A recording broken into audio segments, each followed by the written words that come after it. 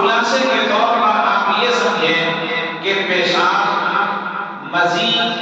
ودی، ان چیزوں سے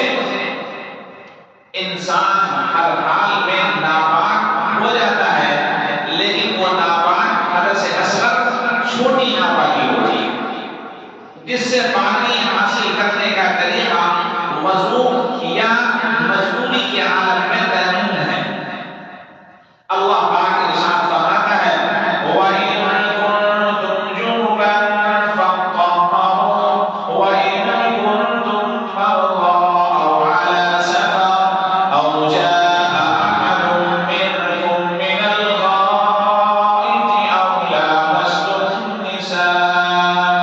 فَلَمْ تَجِدُوا مَاءً فَتَيَمَّمُوا سَعِيدًا طَيِّبًا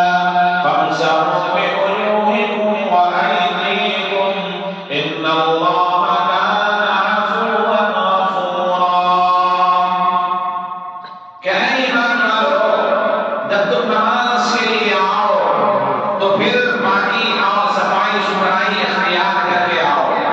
اور اگر تم سفر میں ہو، بیمار ہو، مریض ہو، لاچار ہو، یا تم قضائے حاجت پوری کر کے آ رہے ہو، اپنی بیویوں سے ہم بستر ہو گئے ہو، لیکن تمہارے پاس پانی نہیں یا پانی ہے، تم بیمار ہو اور تمہیں نماز بھی ادا کرنی ہے، تو پھر تم اس حالت میں تیمم کرو، اپنے چہرے پہ ہاتھ ملو، اپنے دونوں ہاتھوں پہ ہاتھ پھیرو۔ یہ اللہ تبارک و تعالی یہ چاہتا ہے کہ وہ تمہارے گناہوں کو معاف کر دے۔ عفواً غفورا، گناہوں کو معاف بھی کرنے والا ہے، عفو درگزر سے بھی کام لینے والا ہے۔ تو پیشاب، مزی، ودی کے نکلنے سے انسان حدث اصغر یعنی وضو سے اس کی پاکی حاصل ہو جائے گی، اس کا وہ ناپاک ہوتا ہے۔ اب اس میں ایک مسئلہ سمجھ لیں، منی یہ ایک بڑی چیز ہے جس کے نکل جانے سے انسان بڑی ناپاکی کا شکار ہو جاتا ہے۔ وضو کرنے سے وہ پاک صاف نہیں ہو سکتا جب تک کہ وہ نہا لے، اسی نہ کر لے۔ اور غسل کا طریقہ سب کو معلوم ہی ہے کہ بڑی ناپاکی ہو تو غرارہ کرنا ہے، اگر روزے سے نہ ہو، روزے سے ہے تو صرف کلی کرنا ہے، ناک کی ہڈی تک پانی پہنچانا ہے جب تک روزے سے نہ ہو، اور اگر روزے سے ہے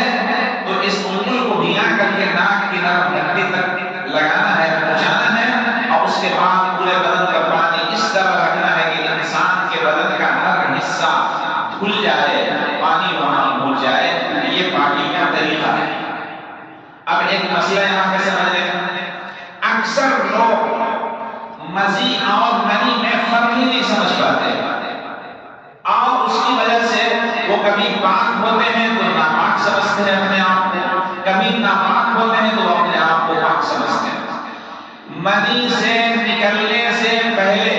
منی کے نکلنے سے پہلے جو ایک پانی پیشاب کے راستے سے نکلتا ہے، قدرت کا یہ عطیہ ہے، جس کو ہم اور آپ مزی کہتے ہیں۔ اس کے نکل جانے سے انسان ناپاک تو ہوتا ہے مگر وضو والی ناپاکی ہوتی ہے، اور یہ اس وقت نکلتی ہے چیز جب انسان بستر ہونے والا ہو یا منی اس کی نکلنے والی ہے۔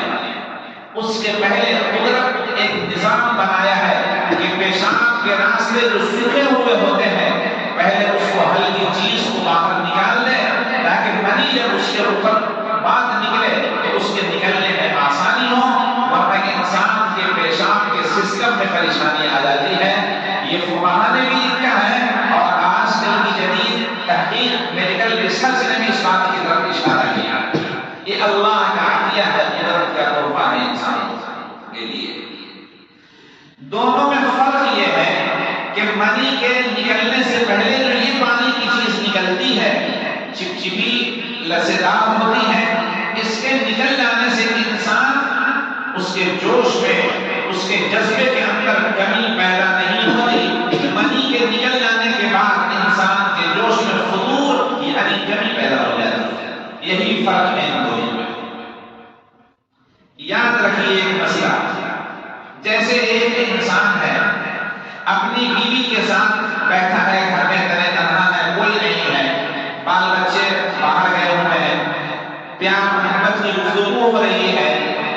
اور اس بیچ میں بوس و کنار بھی ہو رہا ہے، اور منی کے نکلنے سے پہلے وہ چیز نکل آئی۔ اکثر ایسا ہوتا ہے، اکثر ایسا ہوتا ہے، ہم ڈسٹرب نہیں ہوا ہے لیکن وہ چیز نکل آئی، جذبات میں کوئی کمی نہیں ہے، اور اتفاقاً کوئی مہمان آ گیا، خود گھر کے بچے آ گئے، بیل بجائی، اب وہ انسان ظاہر سی بات ہے، یاد رکھیں اس پانی کے نکل جانے سے وہ انسان ناپاک نہیں ہوا۔ اچھی طرح اس مسئلے کو سمجھ لیں، اس کے نکل جانے سے کرنا کیا ہے ہمیں؟ ہم اس گندگی کو دھلیں گے، 3 بار دھلیں گے، اس کپڑے کو دھلیں گے اور وضو کریں گے۔ کپڑے میں زیادہ گندگی لگ گئی، مختلف جگہوں پہ لگ گئی تو اس کپڑے کو بدل دیں گے، نہیں تو جہاں پہ گندگی ہے اس کو دھلیں گے، وضو کر کے ہم اللہ کے گھر میں حاضر ہو جائیں گے، قرآن کی تلاوت کریں گے، قرآن چھوئیں گے، دیگر عبادات جو وضو کے بعد ضروری تھے وہ ہمیں